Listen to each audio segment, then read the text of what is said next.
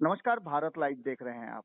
लगातार बिहार की राजनीति में उथल-पुथल मचा हुआ है और इस उथल-पुथल में खास करके अगर देखा जाए तो जनता दल यूनाइटेड जो कि लगातार ये सोच करके आई थी, कि वो बिहार को बदलेगी, महागठबंधन के तहत उसके बहुत सारे ऐसे काम हैं जो एनडीए के तहत नहीं हो पा रहे थे, वो करेंगे। लेकिन अचानक से जो चीजें बदल गईं, उसको लेकर के जदयू के भीतर भी घमासान मचा हुआ है, वहीं महागठबंधन में भी घमासान कम नहीं है। क्या होगा? ये सभी कयास लगा रहे हैं, लेकिन इन सारी बातों के बीच जदयू के बीच भीतर जो घमासान मचा हुआ है उसमें खास करके 2 एमएलसी सामने हैं। एक मंत्री बन गए हैं और दूसरे एमएलसी हैं जो लगातार पार्टी के कमजोर होने की बात कर रहे हैं। हमारे साथ रामेश्वर महतो जी हैं जो लगातार बिहार की राजनीति में ट्रेंड कर रहे हैं और उनका सीधा हमला उन लोगों पर है जो लोग नीतीश कुमार जी और जदयू को कमजोर कर रहे हैं। उनका सीधा इशारा अशोक चौधरी पर है। अशोक चौधरी ने हाल ही में उनके सारे सवालों का जवाब देते हुए बहुत सारी ऐसी बातें कही और कहीं न कहीं वो अपने 22 साल के करियर पर भी बात करते हैं। इन सारी बातों को लेकर के हम जानना चाहेंगे रामेश्वर महतो जी से कि आखिर उनका क्या मत है? क्या अशोक चौधरी जो बातें कह रहे हैं, उन बातों से वो इत्तेफाक रखते हैं या उनका कोई अलग विचार है? हालाँकि लगातार वो अपने फेसबुक पोस्ट के माध्यम से, सोशल मीडिया के माध्यम से अपनी बातें रखते रहे हैं। आज भी उन्होंने सोशल मीडिया के माध्यम से फेसबुक पर अपने पोस्ट लिखे हैं, लेकिन हम उनसे सीधा जानना चाहेंगे कि अशोक चौधरी जी ने जो बातें कही है, रामेश्वर जी, उस पर आपकी पहली प्रतिक्रिया क्या है? ऐसा है बाबा कि जो जिस तरह से उन्होंने कल बात कहा या जिस तरह से उनके कारनामे हैं वो तो मैं सबके सामने रख ही रहा हूँ। जी, यह इंसान किसी के भी नहीं है। जी, जिस आदमी को मंत्री बनाने के लिए जी, 3-3 एमएलसी, जैसे मैंने नाम लिया, दिलीप चौधरी जी, रामचंद्र भारती जी, स्वर्गीय तनवीर अख्तर जी, इनको लेके घूमते थे कि माननीय मुख्यमंत्री जी को कहिए कि मुझे मंत्री बना देंगे। जी, और ये सब लोग इनके लिए पैरवी करते रहते थे, इनके लिए आगे पीछे इनके जैसे कहते थे वैसे करते थे। जी, एक बार ये मंत्री बन गए तो उन लोगों का फिर फोन उठाना तक इस इंसान ने बंद कर दिया। जी, तो मैंने तो मेंशन किया है, ये मतलबी इंसान है, जी, अपने फायदे के लिए कुछ भी कर सकते हैं। जी, मैं बहुत जल्दी इनके बारे में बहुत खुलासा करूंगा, एक प्रेस कॉन्फ्रेंस रखूंगा, आपको बताऊंगा कि जी, किस तरह से दुरुपयोग सरकार का भी करते हैं और किस तरह से दुरुपयोग करते हैं माननीय मुख्यमंत्री जी के साफ छवि का। जी, उनके साथ रह के, उनके बगल में खड़ा होकर जिस तरह से इनके कारनामे हैं वो पब्लिक के बीच में आने चाहिए, जो मैं लाऊंगा। जी, इस तरह के लोग अपने फायदे के लिए ना किसी अपनों के होते हैं ना किसी संगठन के हो सकते हैं। तो हमारे नेता नीतीश कुमार जी के क्या होंगे? जी। ये तो नहीं, वो अपने कई रामेश्वर जी वो तो कह रहे हैं कि नीतीश कुमार जी के बेटे के समान है, पुत्र के समान है और अगर कोई उन पर हमला करेगा, कोई अपशब्द बोलेगा तो छोड़ेंगे नहीं।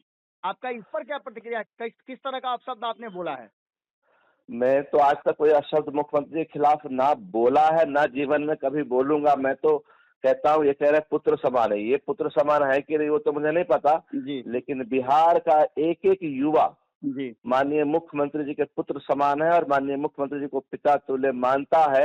जो माननीय मुख्यमंत्री जी ने बिहार के लिए और बिहार के युवाओं के लिए किया है, जी, हमेशा युवा उनका आदर करेगा।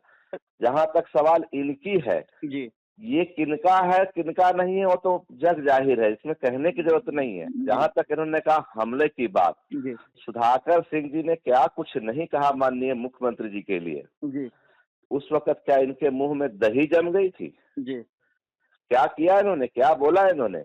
जी, ना माननीय उपेंद्र कुशवाहा जी ने मुख्यमंत्री जी के खिलाफ एक शब्द का प्रयोग किया है, ना जी, रामेश्वर ने किया है। और रामेश्वर से तो जीवन में कोई उम्मीद भी नहीं कर सकता कि माननीय मुख्यमंत्री के खिलाफ शब्द का प्रयोग करेगा। जी, सुधाकर सिंह मामले में तो उपेंद्र कुशवाहा ने कहा था कि इस तरह की बातें बर्दाश्त नहीं करेंगे, मेरा डीएनए एक है।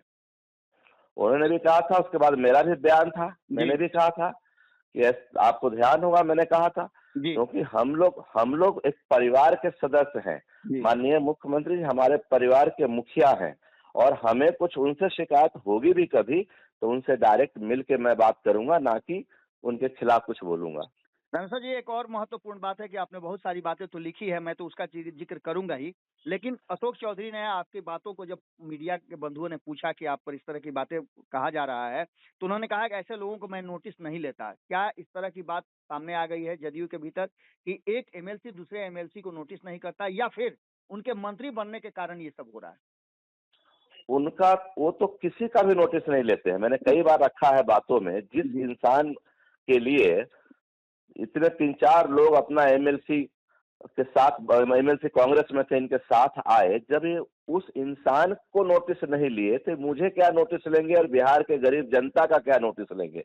मैं तो पहले या दूसरे पोस्ट में लिखा था बाबा जी कि हम गरीबों की पार्टी जनता दल यू के माननीय नेता मुख्यमंत्री जी का दरवाजा हमेशा इनके लिए खुला रहता है जी और इनका दरवाजा हमेशा सबके लिए बंद रहता है। जी अब देख रहा हूँ 2-4 दिन से कुछ लोगों को बुला के मिल के पोस्ट डालते हैं जी अपने सोशल मीडिया पे, जी तो सुधार करने की कोशिश कर रहे हैं, लेकिन सुधार अंदर से होगा तभी ना।